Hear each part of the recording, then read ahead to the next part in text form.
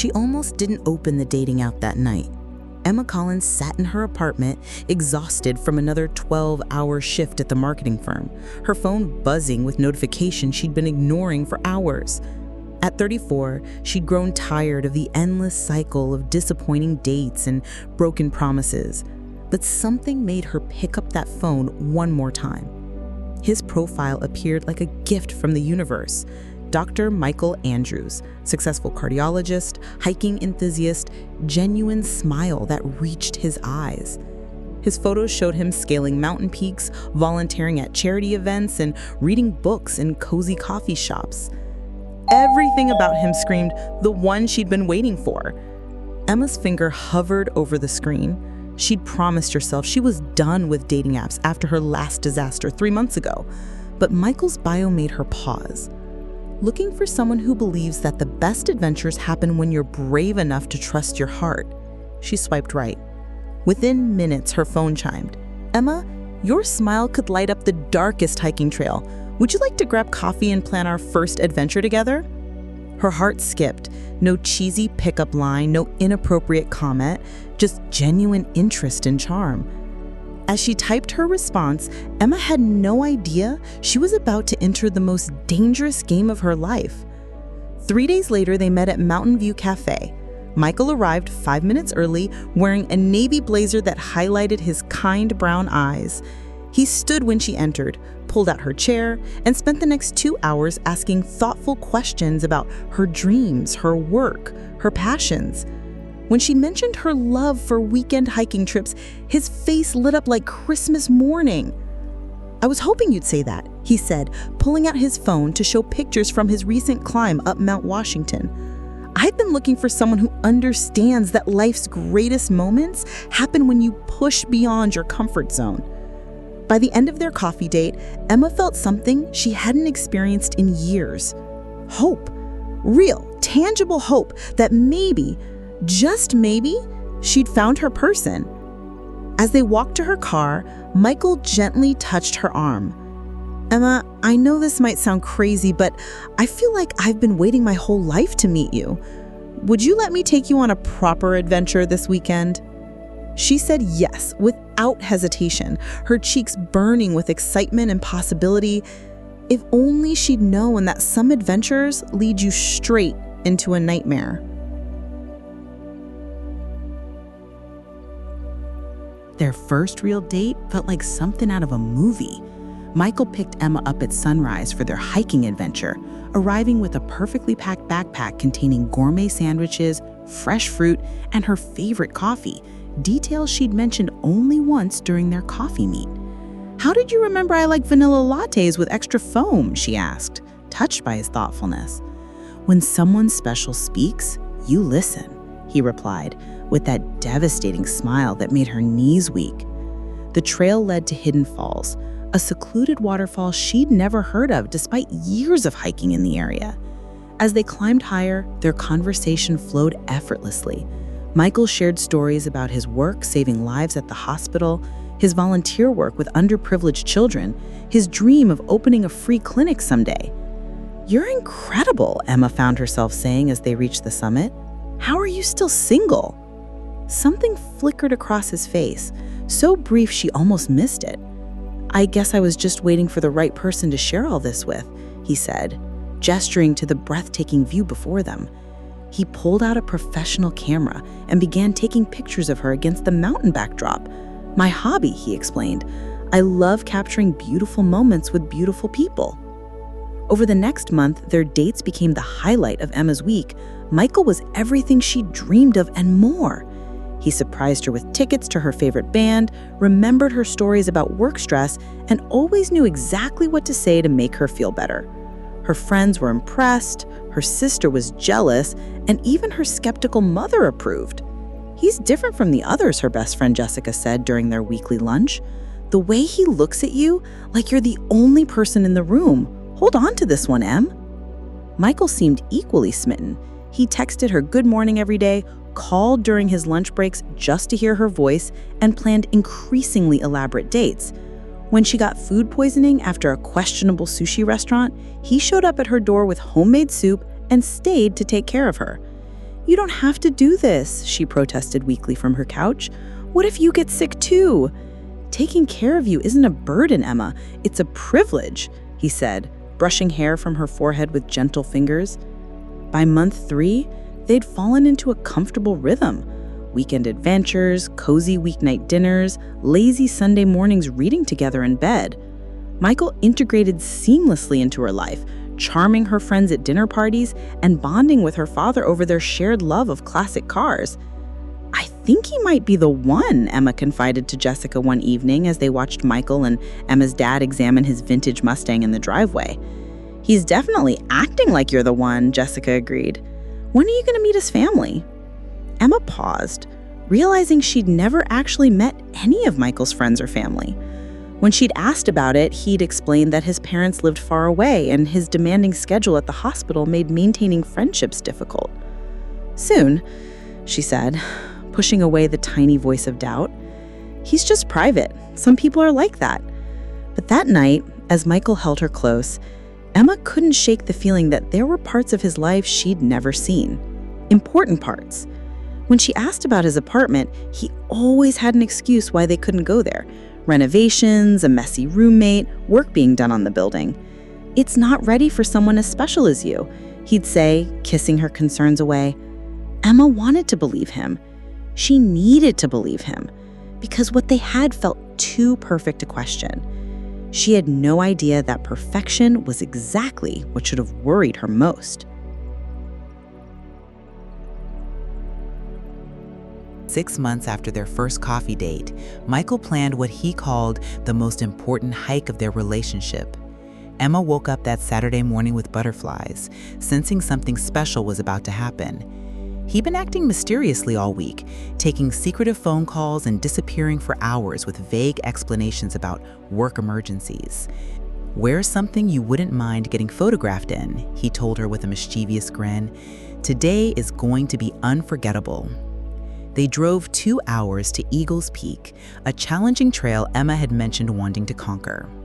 As they climbed, Michael seemed nervous, checking his watch repeatedly and adjusting his backpack with shaking hands. "Are you okay?" Emma asked, concerned by his unusual behavior. "Perfect," he said, though sweat beaded on his forehead despite the cool mountain air. "Just want everything to be perfect for you." When they reached the summit, Emma gasped.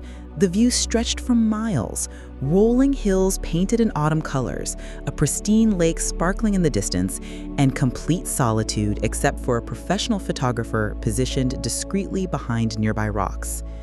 "Michael, what's happening?" Emma's heart began racing as he dropped to one knee. "Emma Collins," he began, his voice trembling with emotion. "6 months ago, you changed my entire world.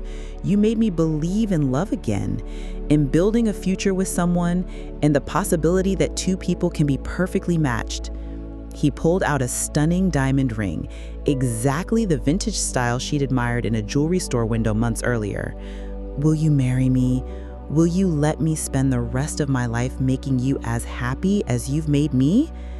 Through tears of joy, Emma screamed, "Yes!"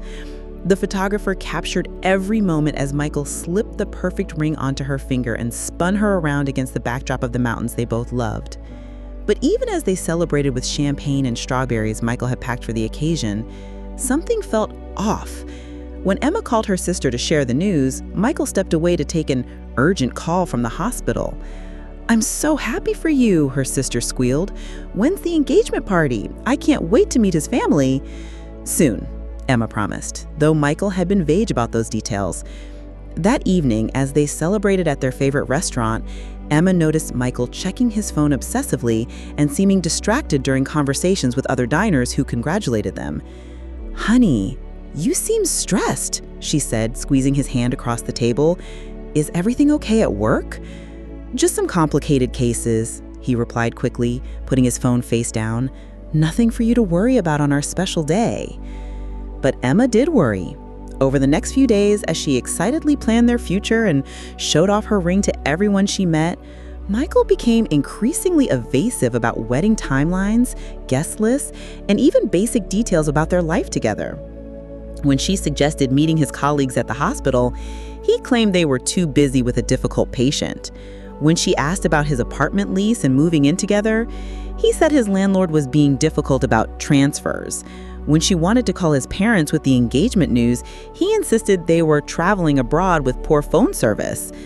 "Michael," Emma said one evening as they walked through the park where they'd had their third date, "I feel like I'm planning this wedding by myself. Don't you want to be involved?" He stopped walking and pulled her close. "Emma, of course I want to be involved. I just want to make sure everything is perfect before we bring our families together. Trust me, I'm handling some complicated logistics, but soon everything will fall into place." His kiss was passionate and reassuring, and Emma felt her doubts melting away. This man loved her enough to propose on a mountaintop. He was just being thoughtful about their future. But that night, alone in her apartment, while Michael was supposedly working a late shift, Emma found herself staring at her engagement ring and wondering why the man she was going to marry felt like a beautiful mystery she was never allowed to solve. The first red flag appeared 2 weeks after the proposal. Emma decided to surprise Michael at the hospital with lunch, wanting to finally see his workplace and meet his colleagues. She'd called ahead to confirm his schedule with the main desk. "I'm sorry, ma'am," the receptionist said, "but we don't have any Dr. Michael Andrews in our cardiology department. Are you sure you have the right hospital?" Emma's blood ran cold. "There must be a mistake. He's been working there for 5 years. Let me check with administration," the receptionist offered kindly. After several minutes on hold, she returned with the same answer. No record of anyone by that name, current or former. Emma sat in her car outside the hospital for 20 minutes, trying to make sense of what she'd just learned. When Michael called that evening, she decided to test him gently. "How was your day at work, honey?" "Exhausting," he sighed convincingly. "We lost a patient today. Elderly man with complications from surgery. Days like this remind me why I became a doctor, but they're never easy." The lie rolled off his tongue so smoothly that Emma almost convinced herself the hospital had made an error. Almost. Over the next few weeks, more inconsistencies emerged. Michael claimed to be attending a medical conference in Chicago, but his credit card charges showed purchases in Philadelphia. He said he was working late shifts, but when Emma drove by the hospital parking lot, his car was nowhere to be found. During a dinner with Emma's friends, Michael told detailed stories about his medical residency at Johns Hopkins, but when Emma looked it up later that night, the timeline he'd given didn't match the hospital's residency program dates. "You're being paranoid," Jessica said when Emma confided her concerns over coffee. "Wedding planning makes everyone crazy.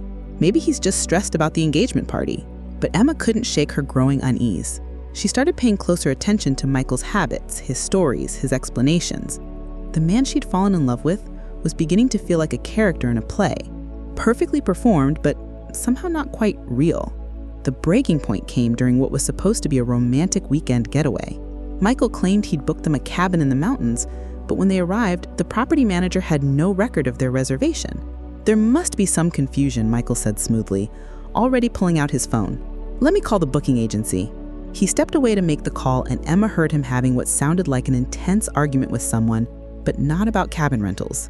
She caught fragments, "Told you I'd handle it," and "Can't keep doing this." When he returned, his explanation was polished and believable. A mix-up with the booking system, but he'd found them an even better place 20 minutes away. They spent a beautiful weekend together, and Michael was more attentive and romantic than ever. But Emma couldn't stop thinking about that phone conversation. The anger in his voice, the familiarity with whomever he was arguing with, the way he'd lied so effortlessly about what the call was about. That night, as Michael slept beside her in the substitute cabin, Emma made a decision that would change everything. She couldn't live with the growing pile of questions and inconsistencies. She loved this man, but she was beginning to realize she might not know him at all. She needed answers, real answers. And she was willing to do whatever it took to get them, even if the truth destroyed the fairy tale she'd been living. Emma hadn't slept properly in 3 weeks. Every time Michael told her about his day, she found herself analyzing his words, searching for inconsistencies. When he mentioned grabbing lunch at their favorite spot near the hospital, she drove by later to find the restaurant had been closed for renovations for 2 months. She was either losing her mind or the man she was planning to marry was living a lie. The decision to hire a private investigator felt like a betrayal, but Emma couldn't ignore her instincts anymore.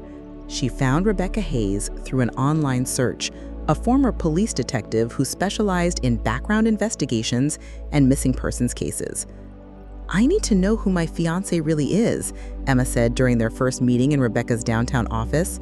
She felt ridiculous saying it, but the alternative was marrying a stranger. Rebecca listened without judgment as Emma laid out her concerns: the hospital with no record of him, the inconsistent stories, the mysterious phone calls, his reluctance to introduce her to anyone from his past. "Trust your gut," Rebecca said firmly. "In 20 years of investigations, I've learned that people's instincts about deception are usually right. Give me everything you know about him: full name, date of birth, social security number if you have it, places he's claimed to live or work." Emma handed over a folder she'd prepared, feeling like she was signing Michael's death warrant. "How long will this take? If he's hiding something significant, I'll know within a week. If he's clean, you'll have peace of mind for your marriage." The waiting was torture. Emma went through the motions of wedding planning while internally preparing for her world to collapse. She met with caterers and florists while imagining calling off the engagement. She addressed save-the-date cards while wondering if the man she was marrying even existed. Michael seemed to sense her distraction. He became more attentive, bringing her flowers just because, planning surprise date nights, and talking excitedly about their honeymoon plans. "You seem stressed, beautiful," he said one evening, massaging her shoulders as she worked on wedding invitations. "Second thoughts about marrying me?" The question hit too close to home. "Just overwhelmed with all the planning," she lied, leaning into his touch despite her doubts. "We could elope?" he suggested suddenly. "Just you and me, somewhere tropical. Skip all the stress and expense." Emma's blood chilled. Was he trying to rush their marriage before she could discover something? "I want our families there," she said carefully.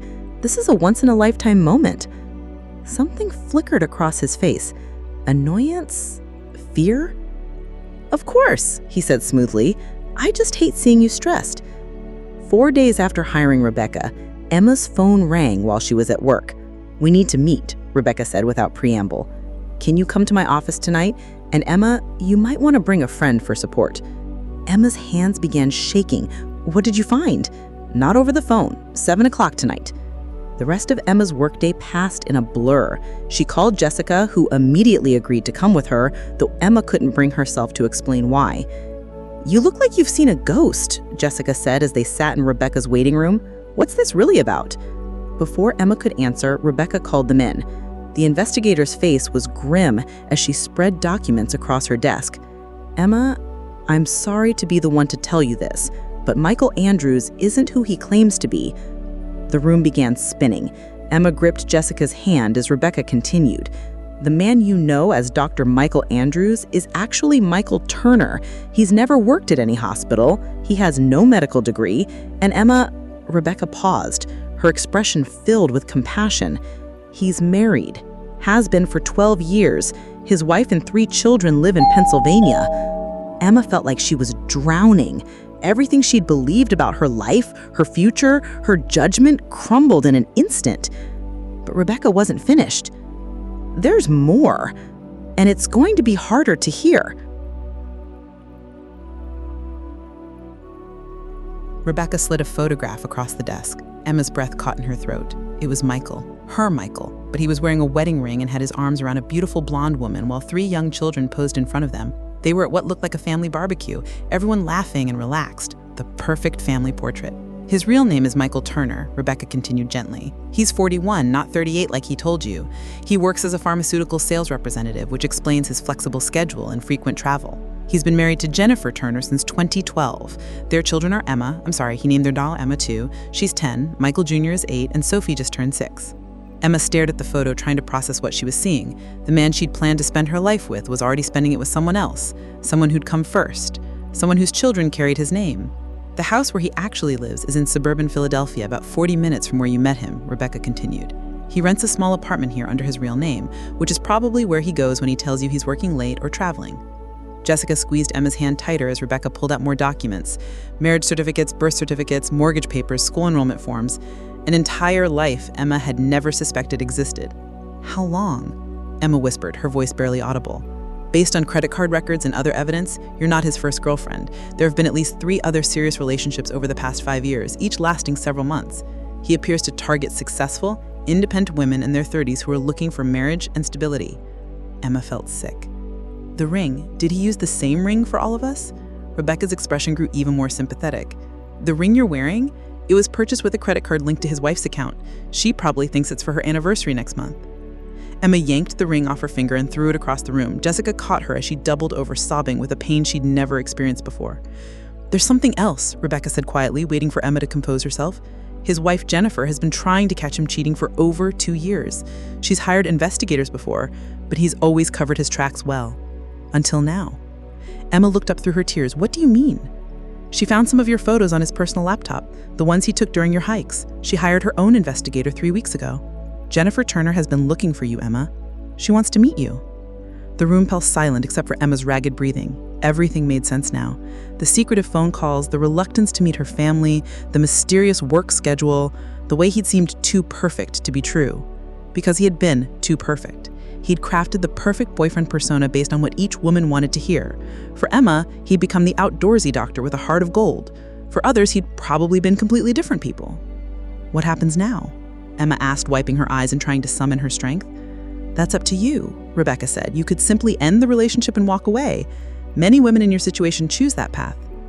Or you could help Jennifer get the evidence she needs for her divorce, and you could make sure he doesn't do this to anyone else."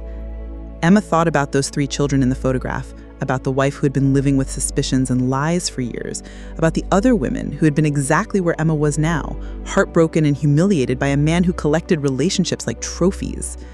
"I want to meet her," Emma said, her voice growing stronger. "Are you sure? Emma, you've been through enough." Emma stood up, feeling something powerful rising within her, not just anger, but purpose. "He's been playing with all of our lives, making fools of all of us. It ends now." Rebecca nodded approvingly. "I was hoping you'd say that. Jennifer is waiting for my call. She's been hoping to meet you too." As they prepared to leave, Emma turned back to Rebecca. "The engagement party is this Saturday. Everyone's coming, my family, my friends. The venue is booked. Everything's planned." "What are you thinking?" Rebecca asked, recognizing the determined look in Emma's eyes. Emma picked up the discarded engagement ring from the floor and slipped it into her purse. She had a party to plan, but it wasn't going to be the celebration Michael was expecting. It was going to be the reckoning he deserved.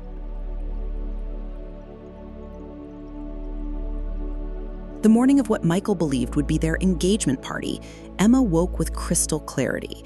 She'd spent 2 days planning with Jennifer Turner, a woman who turned out to be everything Emma had imagined and more.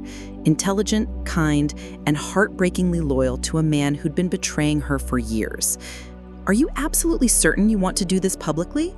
Jennifer had asked during their emotional meeting. "We could handle this privately." "No," Emma had replied firmly.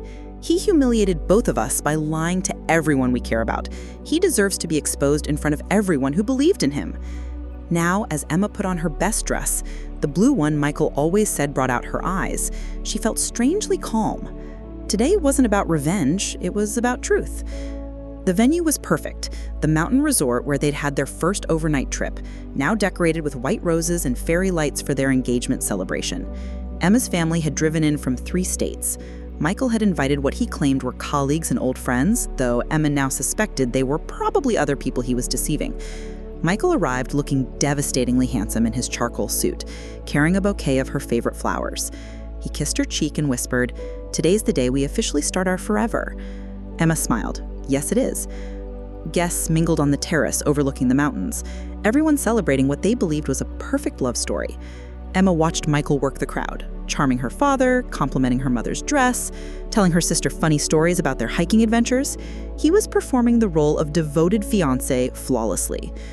At 7 o'clock, Emma stepped up to the microphone. The crowd quieted, expecting the usual thank you speech and toasts. "Thank you all for being here tonight to celebrate with Michael and me. 6 months ago, I thought I'd found my soulmate, a successful doctor, an adventurous spirit, a man who shared my values and dreams." Michael beamed at her from the crowd, raising his champagne glass slightly. "I fell in love with his stories about saving lives at the hospital, his dedication to helping others, his plans for our future together." Emma's voice never wavered. "I believed every word he told me about his life, his work, his past." She paused, scanning the crowd until her eyes found Michael. His expression was beginning to shift from pride to confusion.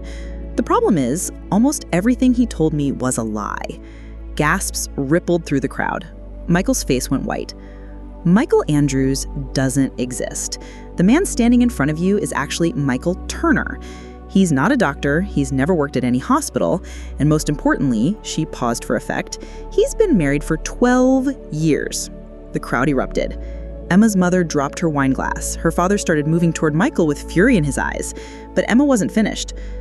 "Jennifer Turner, would you please join us?" A beautiful blonde woman stepped out from behind the catering station where she'd been waiting. She walked across the terrace with quiet dignity, her eyes never leaving her husband's face. Michael tried to run. Emma's cousins, who'd been positioned strategically around the exits, blocked his path.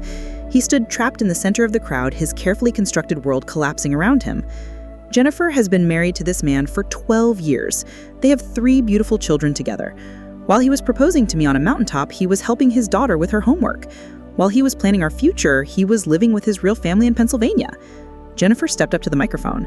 When she spoke, her voice was quiet but carried across the silent terrace. "Michael, I've known about your affairs for 2 years. I've been waiting for proof, for evidence I could use to protect our children in court. Emma gave me everything I needed. 12 years of marriage, 3 children, and this is how it ends." Michael finally found his voice. "Jennifer, I can explain." "No, you can't. Not this time." She turned to address Emma's stunned family and friends. "I'm sorry you all had to witness this. Emma didn't deserve what he did to her, and neither did you. But I want you to know she's an incredible woman, and she saved my family by having the courage to investigate and tell the truth." Emma felt tears streaming down her face, but they weren't tears of sadness anymore. They were tears of relief, of freedom, of justice finally served. Michael stood in the center of the crowd, exposed and humiliated, exactly as he'd left so many women feeling. No more charm, no more lies, no more perfectly crafted performances. Just a man facing the consequences of his choices. "The party's over, Michael," Emma said into the microphone. "For all of us." After the initial shock wore off and the guests began filtering away, some in anger, others in stunned silence, Emma found herself sitting alone with Jennifer on a stone bench overlooking the mountains. Michael had been escorted off the property by security, still protesting his innocence and making promises he'd never be able to keep. "I should hate you," Jennifer said quietly, breaking the silence between them. "For 6 months, you had the version of my husband I fell in love with 12 years ago, the charming, attentive, romantic version that I rarely see anymore." Emma turned to look at her, this woman who should have been her enemy but felt more like a sister and shared pain. "I'm so sorry, Jennifer. I had no idea." "I know you didn't," Jennifer wiped away a tear, "and that's exactly why I need to thank you." "Thank me?" Emma was confused. "I helped destroy your marriage." Jennifer laughed bitterly. "Emma, you didn't destroy my marriage. Michael destroyed it years ago. You just gave me the proof I needed to finally end it." She pulled out her phone and showed Emma a folder of screenshots. "For 2 years, I've been finding evidence. Strange charges on credit cards, mysterious phone calls, business trips that didn't add up. But every time I confronted him, he had explanations. He made me feel crazy, paranoid, like I was imagining things." Emma recognized the gaslighting immediately. "He did the same thing to me when I started asking questions." "The worst part wasn't the cheating," Jennifer continued. "It was the lying to our children. Every time he missed a school play or a soccer game because he was with you or another woman, he'd tell them work was more important. Our 10-year-old daughter started believing her father didn't love her because he was always too busy to show up." Emma's heart broke. "Jennifer, I'm so sorry. If I had known about your children—" "You would have done exactly what you did," Jennifer interrupted firmly. "You would have found the truth and exposed it. That's the kind of person you are, Emma. I could tell from the moment I met you." They sat in comfortable silence for a moment, watching the sunset paint the mountains in shades of gold and purple. The same mountains where Emma thought she'd found her happily ever after. "What happens now?" Emma asked. "Now I have everything I need for the divorce," Jennifer said, holding up the envelope she'd brought to the party. "Photos, credit card records, hotel receipts, testimony from multiple witnesses. My lawyer says I'll get full custody and he'll be lucky to get supervised visitation." "And the other women?" Rebecca said there were others. Jennifer nodded sadly. 3 others that we know of. Sarah lasted 8 months. He told her he was a veterinarian. Lisa was with him for 4 months and thought he was a pilot. Amanda only lasted 2 months, but he'd convinced her he was a widowed architect. Emma felt sick thinking about all the lives he damaged, all the dreams he shattered for his own selfish desires. But here's what Michael never understood. He thought he was so clever, compartmentalizing his life, keeping us all separate. But what he actually did was create an army of women who all have one thing in common now. We all know exactly who he really is now. What do you mean? Jennifer smiled for the first time that evening. Sarah is testifying in my divorce proceedings about his pattern of deception.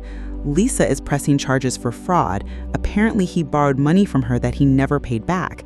Amanda is considering a civil suit for emotional distress. And you, and me, you gave me the courage to stop being a victim and start being a survivor. You showed me that sometimes the best thing you can do for everyone involved is tell the truth, even when it hurts. Emma felt something shift inside her, a weight she'd been carrying for weeks finally lifting. I was so angry at myself for falling for his lies. I kept thinking I should have known better. Emma, he was a professional. This was his pattern, his system. He studied women like us, successful, independent, ready for love, and he told us exactly what we wanted to hear. The fact that we believed him doesn't make us stupid, it makes us human. Emma reached over and squeezed Emma's hand. But the fact that we both found the strength to fight back, that makes us extraordinary. As if on cue, Emma's phone buzzed with a text from Rebecca Hayes. Sarah, Lisa, and Amanda all want to meet. They're calling themselves the Michael Turner Survivors Club. Interested in joining? Emma showed the message to Jennifer, who laughed, a real, genuine laugh full of relief and sisterhood. I think, Jennifer said, this is the beginning of something much better than anything Michael Turner could ever have given us. Emma looked out at the mountains one last time, no longer seeing them as the place where her dreams died, but as the place where her real life began. 3 months later, Emma sat in her favorite coffee shop, not the one where she'd met Michael, but a new place she discovered during her healing journey. Across from her sat Amanda, the architect Michael had pretended to be a widower for, and Sarah, who'd believed he was a veterinarian saving animals while he was actually destroying lives. I keep thinking about what he said to me, Amanda was sharing. He told me his wife had died of cancer, and he wasn't sure he could love again. I felt so honored that he was learning to trust with me. Sarah nodded knowingly. He told me he'd never met anyone who understood his passion for helping animals, said I was the first woman who made him want to build a family again. Emma stirred her coffee thoughtfully. The worst part is how perfectly he tailored each lie to what we needed to hear.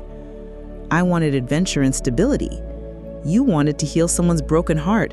Sarah wanted to build something meaningful with someone who shared her values. He was an emotional predator, Lisa added, joining their conversation. She'd driven down from New York for their monthly meeting, something that had become a crucial part of all their healing processes. He identified what each of us was missing and became exactly that. Over the past 3 months, the 4 women had formed an unlikely but unbreakable bond. What had started as shared trauma had evolved into genuine friendship and mutual support. They'd helped each other through the shame, the anger, the self-doubt, and the slow process of rebuilding their confidence. "Any word from Jennifer?" Sarah asked. Emma smiled. The divorce was finalized last week. She got full custody, the house, and alimony. Michael gets supervised visits with his kids twice a month, and he has to pay for family counseling to help them process what their father did. "Good," Amanda said firmly. "Those children deserve better." Emma's phone buzzed with a message from Jessica. "Hiking group is meeting at Eagles Peak tomorrow. You coming?" Emma had avoided that trail for months, but something inside her had shifted recently. "I think I'm ready to reclaim that mountain," she said, showing her friends the message. "The proposal mountain?" Lisa asked gently. "The same one, but I'm not going to let him own that beautiful place forever. It's time to make new memories there." The conversation turned to their individual progress. Amanda had started seeing a therapist who specialized in trauma recovery and was slowly beginning to date again. Sarah had thrown herself into volunteer work with animal rescue organizations and found more fulfillment than she'd ever experienced. Lisa had started a blog about recognizing red flags in relationships that was helping other women avoid similar situations. "What about you, Emma?" Sarah asked. "How are you really doing?" Emma considered the question carefully. "I am different than I was 6 months ago, more cautious, but also stronger. I trust my instincts now in a way I never did before. And I'm not in a hurry to find someone new. I'm actually enjoying getting to know myself again." "That's beautiful," Amanda said. "Michael tried to convince each of us that we were incomplete without him. Turns out we were complete all along." As they prepared to leave, Lisa brought up something they've been discussing for weeks. "I've been thinking more about the support group idea. There are so many women out there going through what we went through, feeling alone and ashamed." "I love that idea," Emma said. "We could meet here monthly, create a safe space for women to share their stories and heal together?" Sarah pulled out her notebook. She'd become the unofficial organizer of their group. "I'll reach out to Rebecca Hayes about referring women who might benefit, and I know a counselor who might be willing to facilitate." "The Michael Turner Survivors Club becomes something bigger," Amanda mused. "I like it." As Emma walked home that evening, she realized something profound had happened. The worst thing that had ever occurred in her life had led to some of the most meaningful relationships she'd ever formed. She'd lost a fiancé who never existed, but she'd gained 3 sisters who understood her in ways no one else could. Her phone rang. It was her mother. "Hi, sweetheart. How was your coffee date with the girls?" "Good, Mom. Really good." Emma paused at a crosswalk, watching couples walk hand in hand past her. For the first time since the engagement party, the sight didn't make her feel sad. It made her feel hopeful. "I'm proud of you, Emma," her mother said softly. "What you did took incredible courage. You saved not just yourself, but Jennifer and those children, and probably countless other women." Emma felt tears prick her eyes. It didn't feel courageous at the time. It felt terrifying. "That's exactly what makes it courage, sweetheart. Doing the right thing when you're scared." That night, Emma pulled out the journal her therapist had recommended she keep. On the first page, she'd written her goals for healing.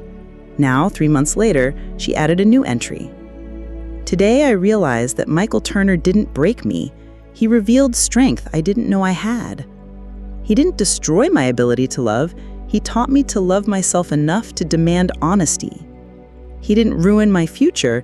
He cleared the path for a future built on truth instead of lies.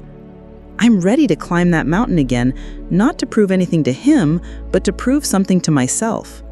I am enough. I was always enough. And someday, when the right person comes along, someone who doesn't need to pretend to be someone else to win my love, I'll be ready for that too. But for now, I'm perfectly happy being complete all by myself." Emma closed the journal and looked out her window at the city lights. Tomorrow, she would hike Eagles Peak with her real friends, people who knew her story, accepted her completely, and loved her not despite her experience, but because of the strength it had revealed. For the first time in months, Emma Collins fell asleep with a smile on her face, dreaming not of perfect princes who turned out to be frogs, but of mountains she would climb and adventures she would have with the most important person in her life, herself.